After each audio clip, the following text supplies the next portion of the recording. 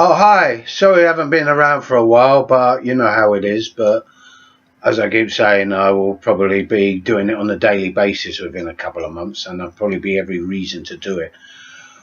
I'd like to talk about the new Pope. The guy's been headlining at the moment. What with Easter coming up and everything, I think I'd like to give you my views on the new Pope. Well, my views on the new Pope are exactly the same as every other Pope. They're all total bastards. If you remember back to last year, the Pope went to South America, he went to Brazil, he went to Rio, and hundreds of thousands of young people turned up, slept on the beach to hear him, hear what he had to say, which couldn't have been anything different from what all the rest of them have said, a load of ridiculous metaphysical banalities and nothing else. But he seems to be popular. Now, where this popularity comes from, I've no idea. It's obviously just been manufactured by the media and, of course, by the Vatican itself. They're trying to say that he's a nice guy, that this is his image now. He's a nice guy. He's going to make great changes in the Catholic Church. The last Pope that made real changes to the Catholic Church was Pope John the 23rd. Way back, I think it was in 63. I remember the Mass used to be in Latin. And then it was in the native language, in our case, English. And they moved the altar out more into the central bit of the congregation. That is about the only change I really remember. The brutality of the Catholic school I went to, the insidiousness of the education, the insult to the intelligence, and the teaching us the dogma and so on, remained. As it will remain with Pope Francis I. I don't see what these great changes he's going to do are. I mean, for example, in reality, as I said, it's just the same. And let's look at the Catholic Church in the 20th century, the late 20th century. First of all, you've had the rat runs for the Nazis, a well-documented thing, as well as the total corruption within the Vatican itself, particularly within its banking system.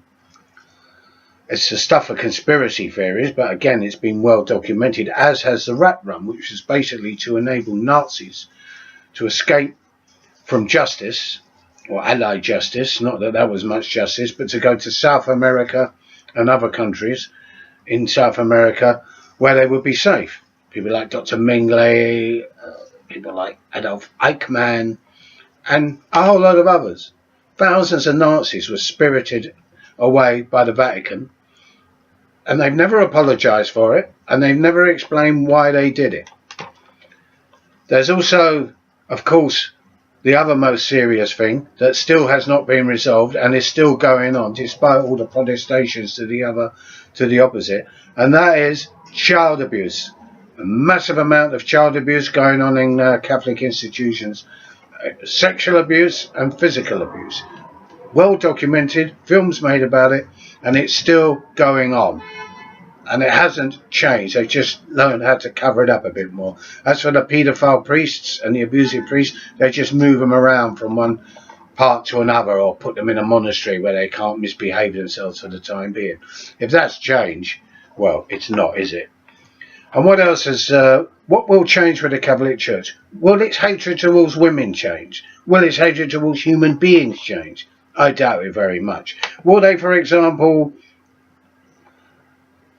allow contraception, abortion, homosexuality? No, they will not.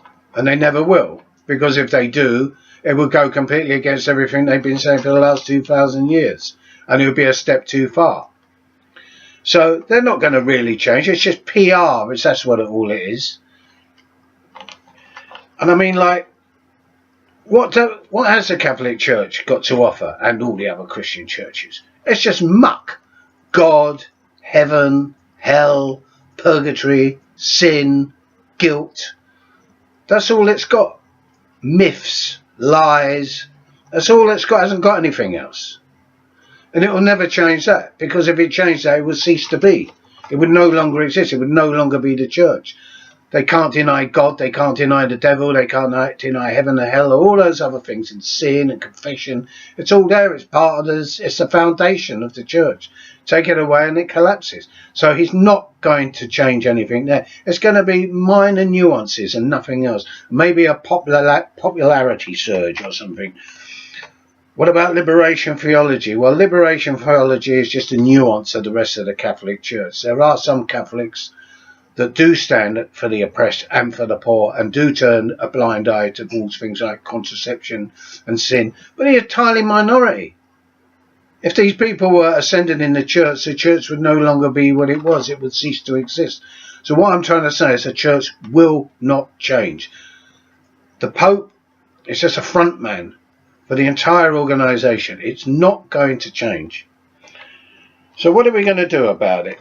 It's the duty of everybody that considers themselves to be an anarchist, a revolutionary, or even a rational thinking human being in the 21st century to destroy the church, to destroy its teachings, to expose the church for its 2,000-year history of atrocity, where it has killed millions and millions of people, where it has screwed up the lives psychologically of billions of people. Nearly every single one of the church's adherents, and even those that no longer believe, have had their minds screwed up by the church by imposing guilt on them, particularly about their sexuality. That's how it rules, through sexuality, or the repression of sexuality, and with a combination of sexual terrorism on the young. So yes, I'd say that it's a duty of everybody to get rid of the church, the Catholic Church, and all other churches, and Islam, and Judaism, a whole lot of humanity. And we have to learn to live without God, without the devil. We have to learn to do away with all this stuff, and we will be liberated. It'll be difficult, but we will be liberated. And as for the Vatican, as for the churches and all their great wealth, well, we don't know what we're going to do with them, but it's up to people themselves. Part of a revolution is to destroy the hold of religion over people's heads. It was really, or that's in people's heads, it was really important in the Enlightenment period and during the 19th century and during the early part of the 20th century, where the church backed military dictatorships like Spain and in Latin America, or even right up to this very day almost in Latin America. However they change, it's just a surface change. So as part of the liberation of humanity and the liberation of ourselves and the freedom of our mind, we have to destroy the church, its teachings, its institutions, and we have to expose them for what they really are, which is a genocide of human beings and the total destruction of the human psyche and the human mind. Until we do that, we will never be completely free. We will never liberate ourselves. So I say, to hell with a Pope, even though hell doesn't exist, and to hell with the church, and to hell with a lot of it. And let us wage a war, an unrelenting war against religion, the church in all its forms. So that's all I want to say about the so-called new popular Pope at the moment.